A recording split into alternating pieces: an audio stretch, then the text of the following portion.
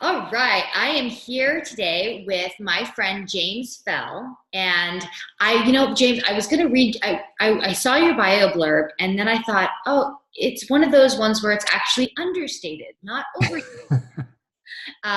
So James's bio reads, for those of you who don't know him, he has columns, bylines in the Los Angeles Times, the Chicago Tribune, the Guardian, Time Magazine, and many other publications. His blog, which is actually the first way that I found James was through Body for Wife, which is his hysterical take on fitness, and it's so authentic and real. And he has millions of readers. He's the author of two books, The Holy Shit Moment, How Lasting Change Can Happen in an Instant and Lose It.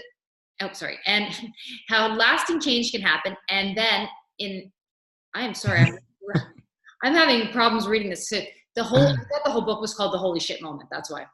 How Lasting Change Can Happen in an Instant. And Lose It Right, a brutally honest 3-stage program to help you get fit and lose weight without losing your mind. James is also another big thing about him that he didn't say in this thing was that he's probably interviewed more what we tend to think of as influencers, like mainstream celebrities, as well as more of the micro niche of influencers that we might not know.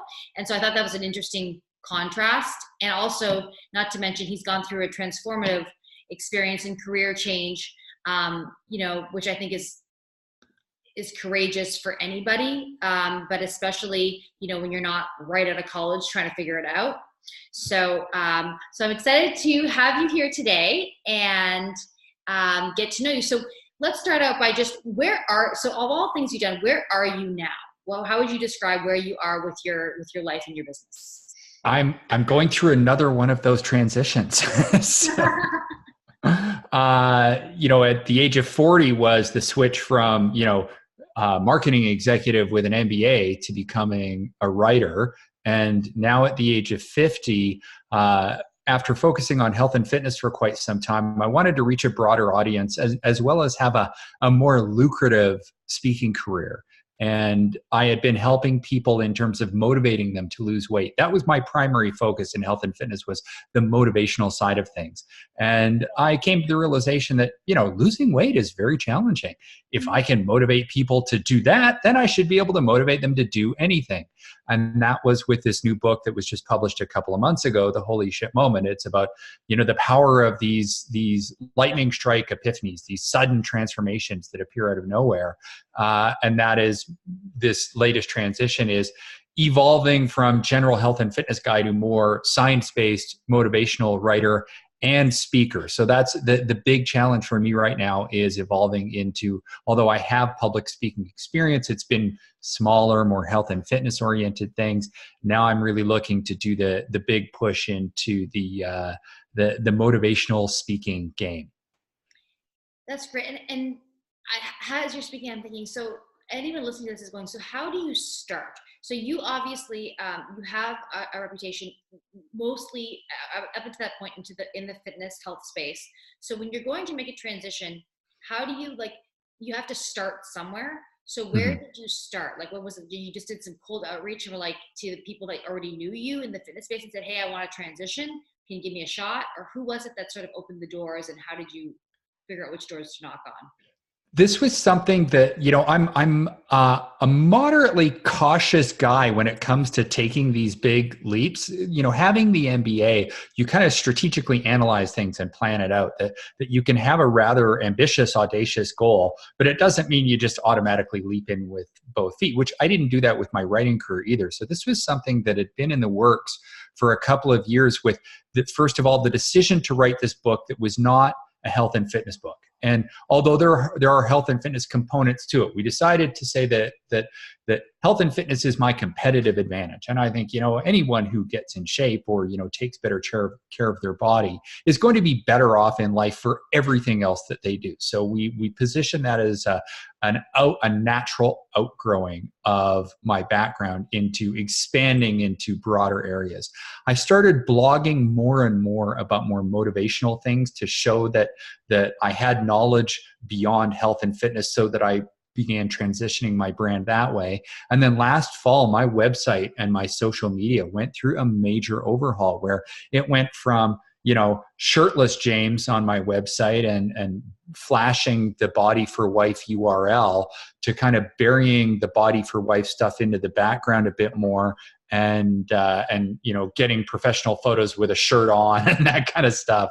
Yeah. And then it was more reaching out to people and just starting with the local Rotary clubs, saying, this is who I am, and Rotary clubs are always looking for speakers, and working my network. And right now I'm still in the sort of working my network and getting some paid gigs, and just looking to really use those sales and marketing skills that I developed early in my career to promote myself. Just like when I started as a health and fitness writer 10 years ago, I started from no experience, starting from nothing, and just started cold calling people, and started small, and then very quickly worked my way up the chain. And actually, that's a great point. Is when you started in the writing industry in fitness, you got publications in the Los Angeles Times, Chicago Tribune, some really massive publications that people aspire to get to as like the big outlets. How did you start? Did you cold call? Like, what is your strategy for outreach? Because I think sometimes we focus so much on how did I build the business? How did I build the business? When so much of nobody's self-made, nothing operates in a silo. Yeah. So what we gloss over is, well, how did we get those doors to open? How did we get those first positions? Who took a chance on us, and how did we even make those chances happen? Well, I know that editors will often say, "Don't cold call me." Cold calling worked for me. So it was one of those things where I started with a local health and fitness magazine that was had a pretty big reach, but it just happened to be in Calgary, and I phoned up the publisher and said that this is my new thing. I'm getting into health and fitness writing, and I think I'm pretty good, and I'd like to come down and have a chat with you. So we met, and they gave me a shot, and I published some articles, and they're only coming out every couple of months, but I worked with them, and then I did a lot of pitching. That I was pitching big magazines, and it really wasn't going anywhere. And then accidentally, I got a twice weekly gig with AOL, and that was luck. That was through working hard, because I was writing for this local magazine, and I was putting a lot of effort into my pieces and to do a really good job on them. And then just via the luck of Google, this editor for AOL found one of my pieces, went to my byline and liked what she read, went to my byline, found my website, sent me an email and said, "I'd like you to write for us twice a week." And I was like, well, that's fantastic. All of a sudden I'm a columnist. And then 6 months later, I'd had a lot more practice. And that was when I cold called the health editor at the LA Times, and she didn't hang up on me. And I don't work with her anymore, but we remain good friends to this day. And once you're in the LA Times every couple of weeks, then it just starts to snowball. Then people are starting to come to you. And I was taking risks. I was writing some pretty outlandish columns that a lot of people loved and a lot of people did not love. So it was, I gained a reputation pretty quickly for that. My first book, it had the words "brutally honest" in the subtitle, and that was the approach that I took. I like it, but I think that's, I think you find your audience when you do that. You rather than trying to please everybody, you're going to find that's where you really build your tribe, is when people just get it and get you, yeah. And you're real you. And this buzzword of authenticity, which is so overdone, but it's, subconsciously it's true. When you're really just real, people like that. They sense it. Well, and one of the things about authenticity that I've found is how it inspires you to work. That when you're doing something that you firmly believe in, that you found your passion that motivates you to go forward, then you're just going to put that much more effort into what it is that you're doing. And you're going to be excited to get out of bed and do the work every day, which if you're trying to fake it, you can't keep that up for very long. Very true. And that's a very good statement. And I just think that also applies to the medium of choice that you choose. So for example, if, I started when I started my first, I actually came from the marketing background as well, and worked for a consulting firm in New York before I went back to business school. And I used business school as a time to start a fitness brand, but I started on YouTube. And I always think, like, for example, when I wanted to start a podcast for Influencer Code, I thought that was the initial approach. And that's why you're one of my first video interviews, because I thought I'm not going to be consistent with this. I don't like the podcast form. I like to see people. I like to have a real conversation, like feel like we're really live, and I like the camera. And so I think that's so what you're saying, that you have to actually really, for anything to work well, it has to be something that you're going to be able to love and do consistently. So as an example for that, on social media, I put far more effort into Facebook than Twitter. And that's because I like to write. I'm not a quippy one-liner type of guy. I like to explain my ideas to people. And Facebook gives me the ability to write lengthy posts if I want. Yeah. And that's where I have a much larger reach via Facebook. I have over 75,000 organic followers there now that reaches millions of people each month. And about 2/3 of my website traffic comes from Facebook. That's actually helpful to know. And that, I think Facebook has changed a lot from when it started, as every social media platform is really now a social advertising platform. Yep. But having had that, core following is helpful. And actually, speaking of Facebook, how did you made a lot of connections with Facebook, and you've said before that it's helped change your career, take your career to new levels. Can you talk a little bit about that, and how you'd recommend some action points of how to go about doing that? Well, there's two aspects to it. One is a minor one, and the other one's a major one. The minor one is the strategic alliances, where I've gotten in with groups of other people that operate big pages that I've made friends with. And as a result, we're like-minded in terms of some are health and fitness, some are more sort of just science-based types of people, and we share each other's work. We promote each other's stuff, and some of my followers become their followers, and vice versa, and we help each other grow. So that's just one little tidbit of strategic advice that I would say is that you don't have to operate your Facebook in a silo. That there's other people out there that you can become friends with and help promote each other and help each other's pages grow. I found that very valuable.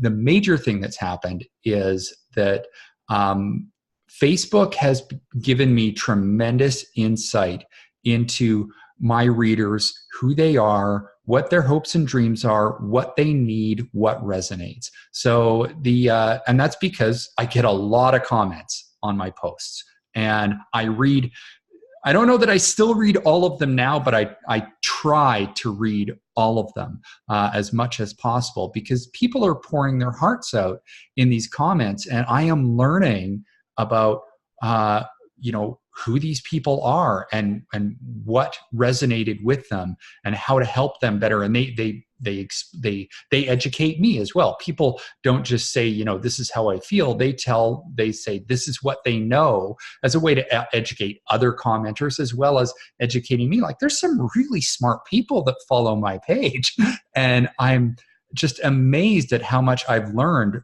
from not treating these people just as someone to, click through to my website and give me ad revenue and buy my book and stuff like that, but actually people that I can learn from, as well as finding out which pieces resonate. So when I write a new article, I've been able to find out, okay, well, this piece died.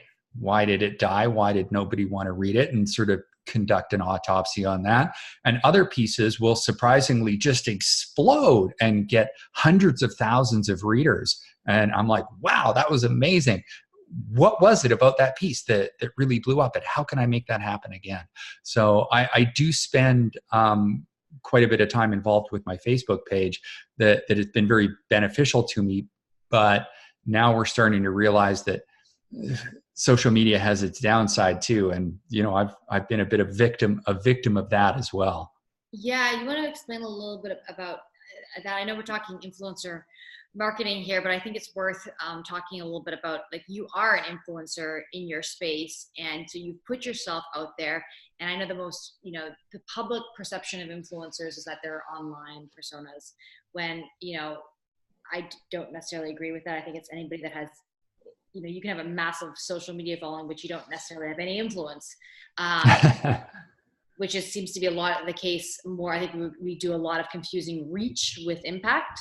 But you have had both. You are classic of an influencer online who actually has reached a lot of impact and changing people's lives. So talk to us a little bit about, like, having put yourself out there on social media and the negative effect that's had on your life. So that part actually for me has really not been that negative, because I've been pretty careful about the way that I do it. And I think that the way that I put myself out there is, it doesn't appear like it's carefully crafted, but I would say that it is, in that I overshare on some things, but those are surface level things. Usually it's sort of self-deprecating types of things, just so that people get some insight into my life. But the thing is that I have a definite line that I don't cross, and that's because my wife and children are fairly private people, and I don't want to share. It bothers me when I see other people that tell their entire family's life story without ever seeking permission about, something that their kids or spouse is going through. I would never do that, because I like having a happy family life. So I'm very careful about what it is that I do share. The issue for me is that when you're using Facebook a lot for work, for me, I have a tendency to also use it for not work, that you're on the platform so much that I get sucked into the news feed side of things. And we're seeing now that it's creating for me, I find that it's creating a bit of anxiety, just because of all the stuff that's going on in the world, that people use Facebook as a tendency to complain about things. They're complaining about politics, they're complaining about issues with the environment, or vaccinations, or whatever the hot button topic of the day is. And I'm not going to opine about where I fall on any of those things, but I have opinions about these things. and so I end up getting immersed in this constant flash of news about all these things that are wrong with the world, and that you feel a little bit powerless about, what can I do about these things? And I actually think that this subject is going to influence my next book, about the anxiety that people feel about being maybe a little bit too plugged into this kind of stuff. And I'm forcing myself to start setting boundaries for the amount of time that I spend on social media, just because I find that it's having a little bit of a negative effect on my mental well-being, that, maybe a little bit of ignorance would be bliss. Yeah, you have to read the book. Have you read the book, The One Thing? No, not yet. It's on my to-do list, though. I know that we were talking about going on their podcast, actually. Oh, really? Yeah. A colleague of mine, another professor at UCLA, she sent it to me, and she was like, "This it's all very obvious stuff, but it's just the reminder of it, of how much every distraction actually takes away from what you're actually doing. So even though it's like 2 seconds to read a post or respond to a message, then you have to refocus your time going back, and it's a great reminder. So I recommend reading it. And I see a number of I follow a number of novelists that a lot of my writing inspiration comes from the fiction world, and I follow them on Twitter and Facebook, and I see them they post a lot, and then all of a sudden they're like, okay, got a book deadline, hiatus time, and they will disappear for 3 to 6 months. Because they have learned that they cannot engage in social media and get this book written. for me, I cannot unplug completely from social media because of the nature of the way that I use it with my blog and everything. Yeah. But I am doing a bit less on my page these days. But the big thing for me is it's not my page that's the problem. It's the news feed where I'm just following too many things and engaging with too many contentious issues that I really should just be working on things that make me happy rather than things that make me want to pull my hair out. So to shift back to influencer marketing, what do you feel is the most misunderstood thing about influence and influencer marketing as it's currently perceived? Misunderstood. Geez, that's a really good question. I'm not sure that I have a good answer for it. I think that people don't understand. Okay. I think that the answer to that question could be that people believe that you can just blast something out once on social media and that it's, you're going to make the sale. It's going to change someone's life. And that's not really the way it works. It's a long-term relationship that you forge with people. And new people will come in and be all excited and they'll stay for a while and then they'll drift away. But it's about developing a real connection with people over months and years. I have people that have followed my page from the very beginning, going back to 2011, and they will have read my articles in the LA Times and have read my blog and followed my Facebook page and commented. And when I say there's a new book out, they will buy that book. But then there's other people that, they may have seen one or two things and then that's it. Then they're gone. So I think that the problem is thinking about social media as this quick type of one-off where you can blast here and there and all of a sudden you're making change and you're influencing people. It's a very long, slow, gradual process because people are generally resistant to change and resistant to being told what to do. There has to be that level of trust that's been forged there first. I love that. No, that's good. In my book, I actually compare it to building a house versus a tent, setting up a tent, right? Mm-hmm. Building a foundation and making sure it has the infrastructure and it takes time. It is just, you don't just like shoot it up or that was interesting term for that. Now, in terms of when we think of influencers, we think of these social media stars or we think of celebrities.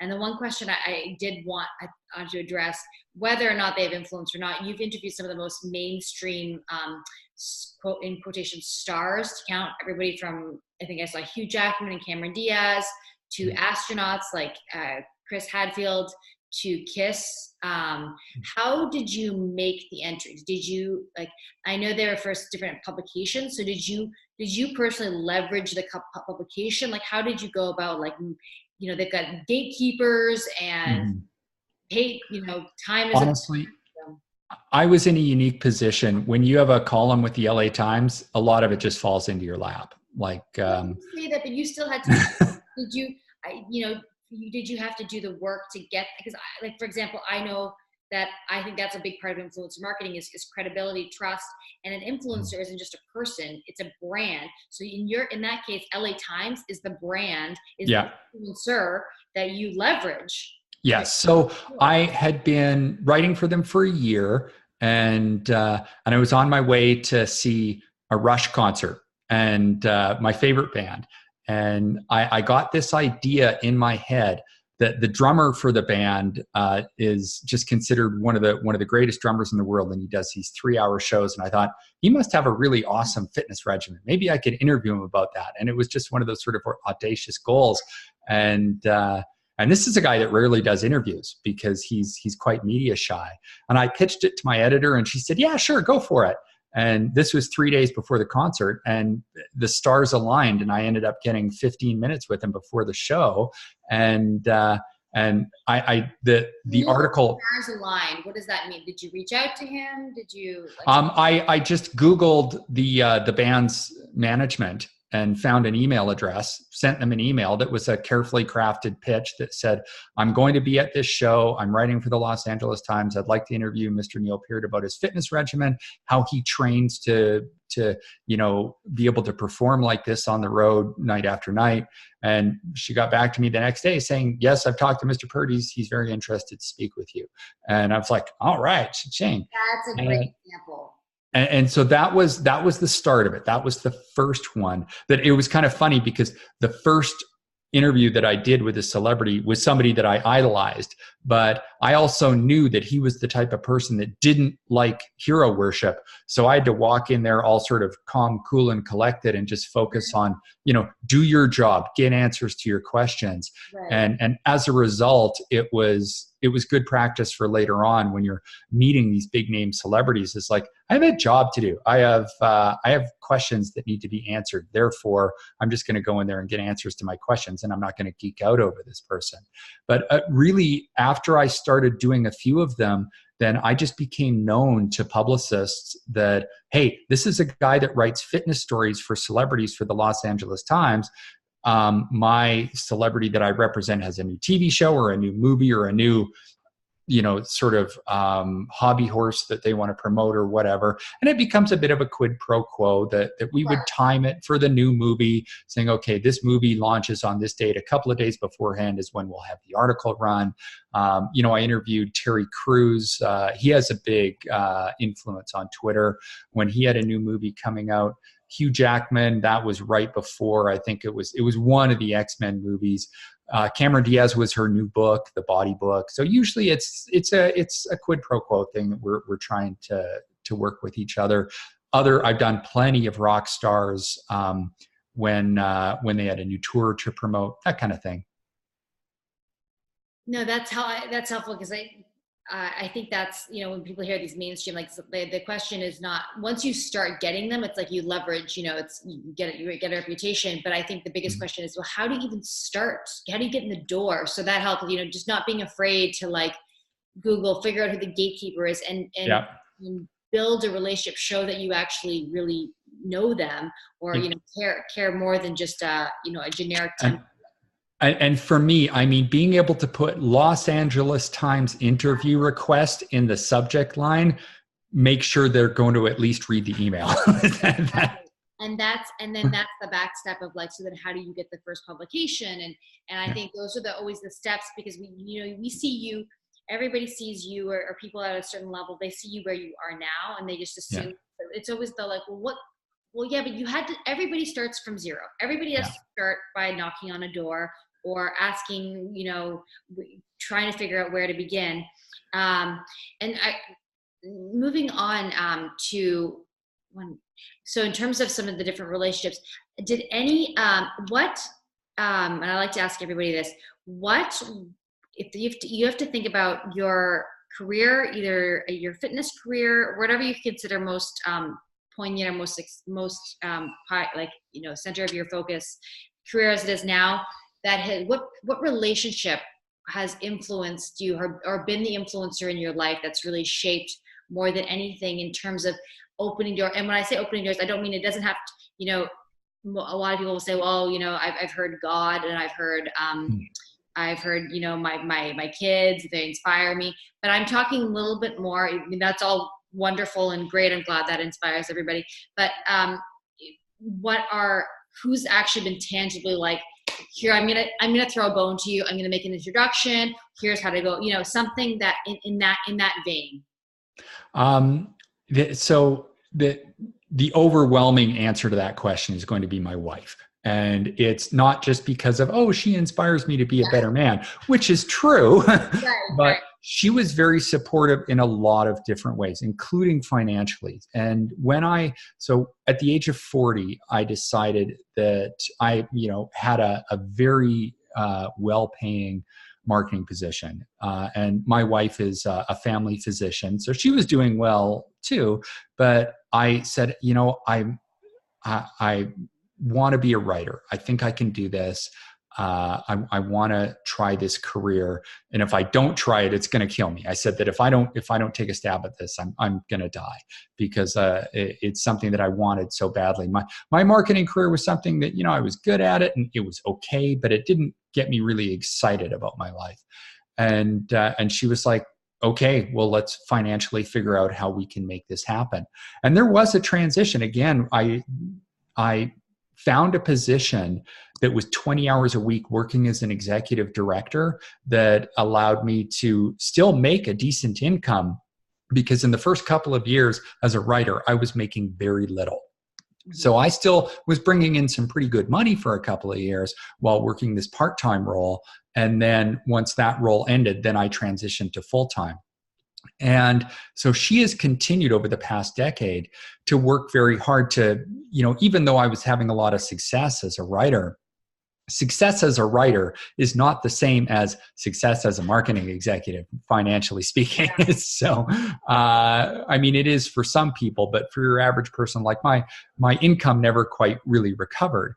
Yet we are a partnership. And so she was able to, take on a lot of different roles that made a lot of money, and so that she was able to pick up the slack, financially speaking. And then I picked up the slack in other ways because I had a very flexible schedule. We had 2 relatively young children, so I was the one taking the kids to appointments and to karate lessons, and I was the one that I do all of the cooking and most of the cleaning around the house, and the looking after the yard and the vehicle maintenance and all that kind of stuff. So that was the partnership that we formed, and honestly, I couldn't have done it without her. And if I had decided to say, keep up in my marketing executive role, we would have had more money, but we would have had to hire people to do those things that I was able to pick up the slack with.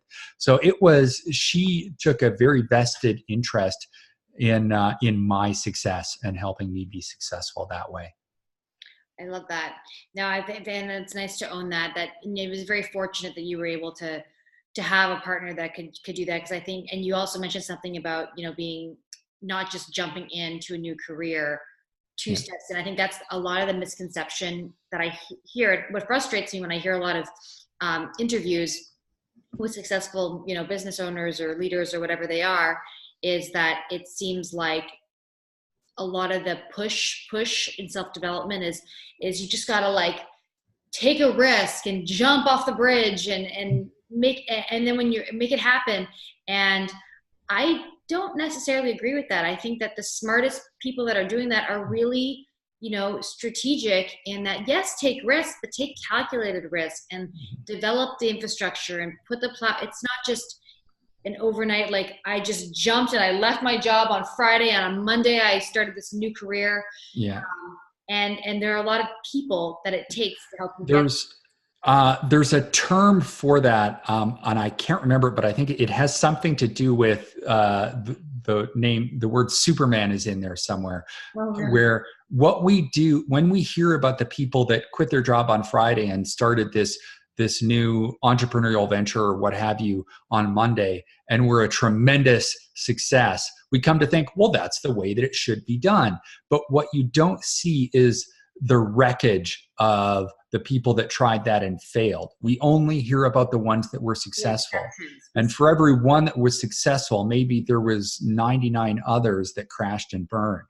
That, we have a tendency to look at the ones that were super successful.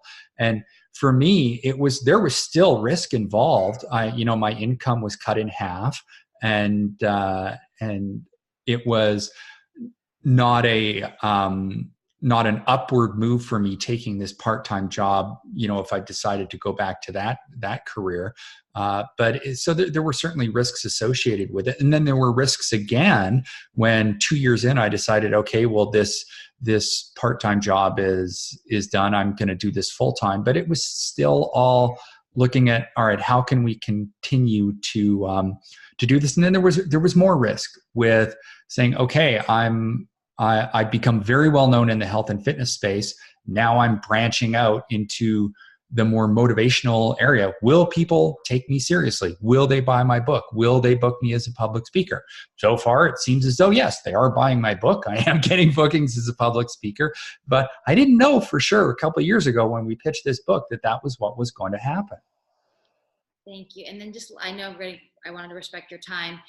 So last question is, as an influencer in the space, what is your biggest pet peeve when people reach out to you to have you, whether it's promote their product or help them in some way?